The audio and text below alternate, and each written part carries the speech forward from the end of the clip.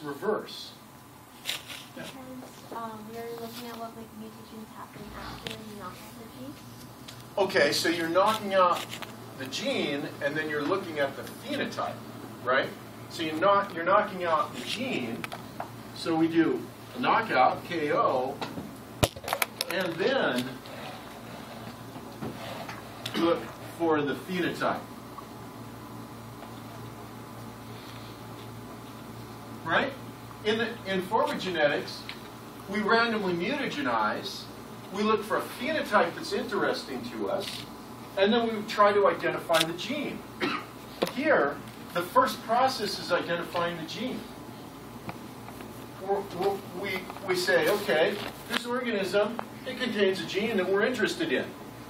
Because maybe it's a process or a pathway that we're interested in. Here they were interested in the resistance of the insect to microbes, to microbial infection. And so they said, all right, there's a gene that we think is interesting here that might be involved in defense, in an immune response from this fly to a microbe that gets into it.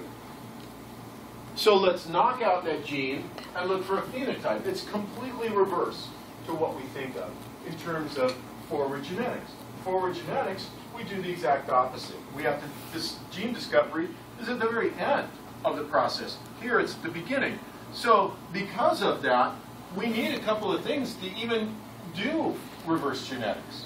What knowledge do we have to have before we can even start to think about doing reverse genetics? We don't necessarily know the outcome. We have to know the gene. We have to know the gene. In fact, what that means is that we have to know the genome. Right? We have to know the genome.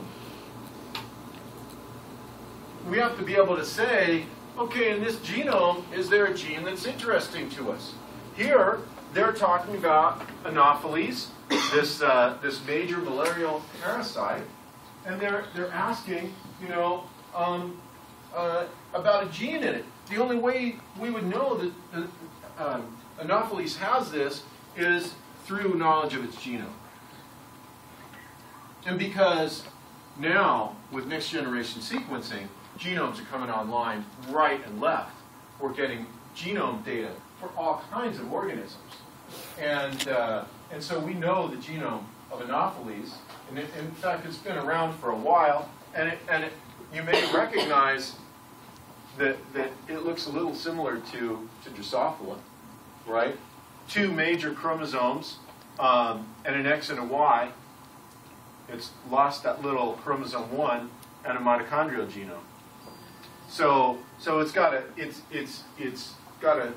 genomic organization very similar to Drosophila, actually. So there's pretty close relationship between these flies. Mosquitoes are just, they're in the fly group, the dipterans. And in fact, since we're talking about this, let's talk about the life cycle of malaria, because we need to know a little bit about what malaria does. So Plasmodium vivax is the malaria parasite, and it infests both humans and mosquitoes, and it's got to go through both hosts, right? So we get the malarial parasite through a mosquito bite. So the mosquito bite introduces the parasite. At this point, it's called a sporozoite. It gets into us. It gets into our liver, and then it releases these little particles called merozoites. They get into our blood cells. They undergo meiosis to form gametes. Those gametes are then floating around in our blood. Okay?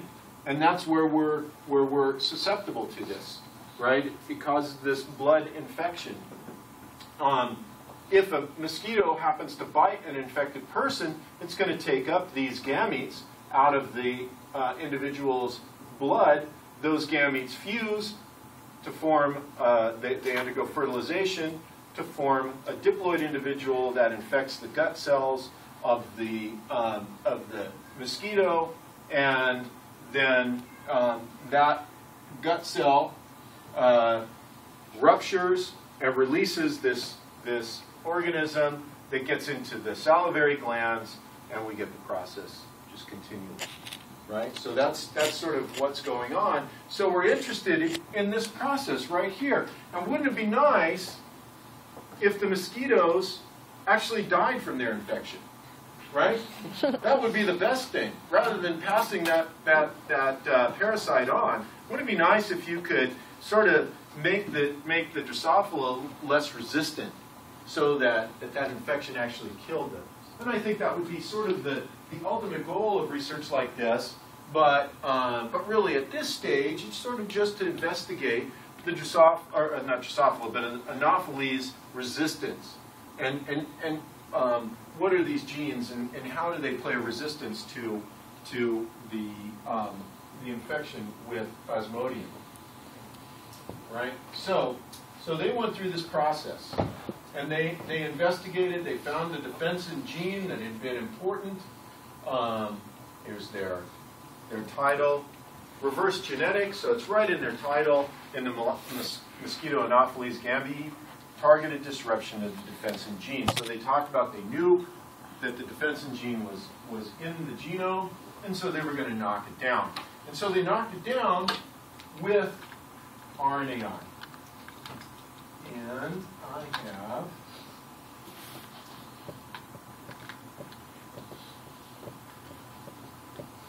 let's go back here.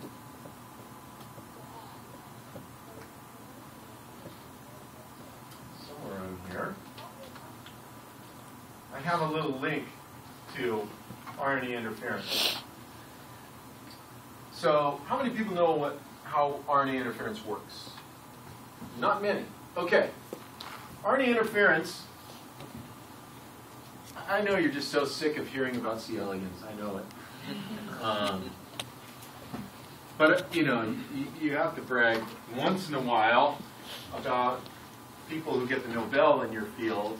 And they talked about Brokeback elegans, remember, in that movie. And a guy named Craig Mello and Andy Fire, who were longtime collaborators, discovered the phenomenon that we now call RNA interference.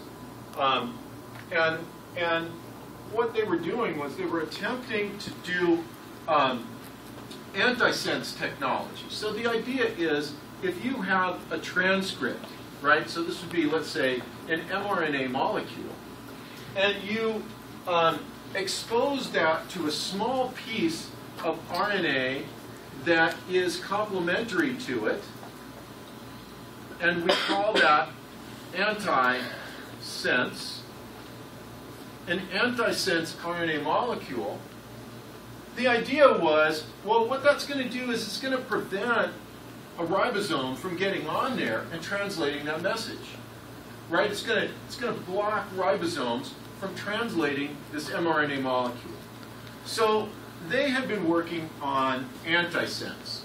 And so the idea was they were taking single-stranded RNA that matched that was complementary to mRNA molecules and injecting those into worms.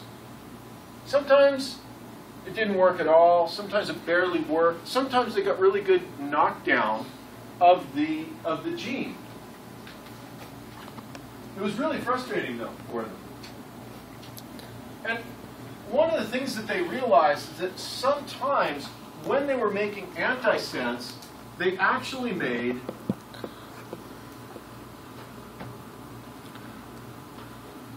double-stranded RNA. They were just going through the process, and they were just saying, okay, so what's making, could it be the double-stranded RNA? So when they made double-stranded RNA that corresponded to a piece of a gene, so you take a little piece of the sense and a little piece of the antisense, and you put it into the organism, and it instantaneously causes massive shutdown of that gene. Just shuts it down completely. And this response is not only in C. elegans, it's in basically every eukaryote. We have this process. We would shut down transcription and translation of a gene. Well, I shouldn't say transcription. I want to say expression of a gene if we are exposed to double-stranded RNA for that gene. So they went, wow, we've got to figure out how this works. So here's the pathway, right? This is the pathway. So what they did, this is so cool. I just think, there's got to be an experiment in me like this. But it hasn't hit yet. So they knew that they could create double-stranded RNA for a lethal gene. If they expose little babies to the double-stranded RNA for that gene, so the gene doesn't really, it's not like the gene makes a product that kills. It's like the gene product is incredibly important for an organism to live, like primary metabolism. You lose some enzymes in your primary metabolic machinery, you're going to die. And the same thing with the worms. It's just those are all called lethals because mutations in them create death, essentially. So if you take double-stranded RNA for a lethal gene, young worms die.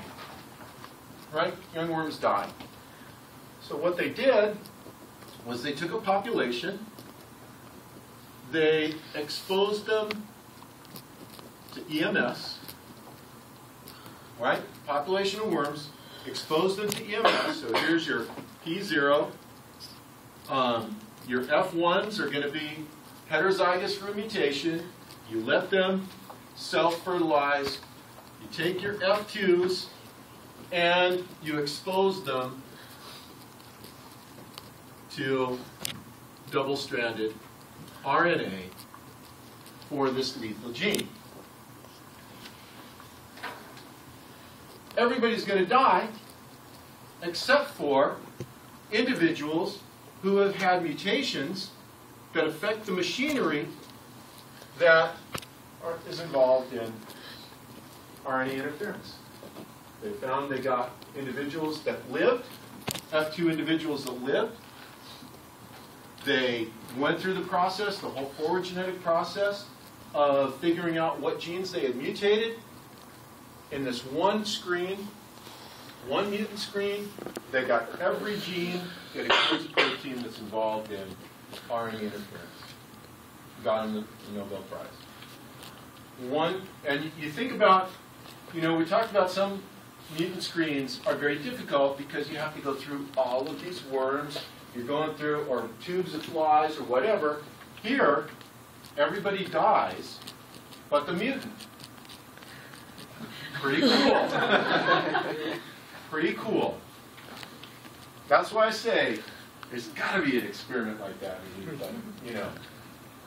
So you can read about this here, but if we just look at what happens here,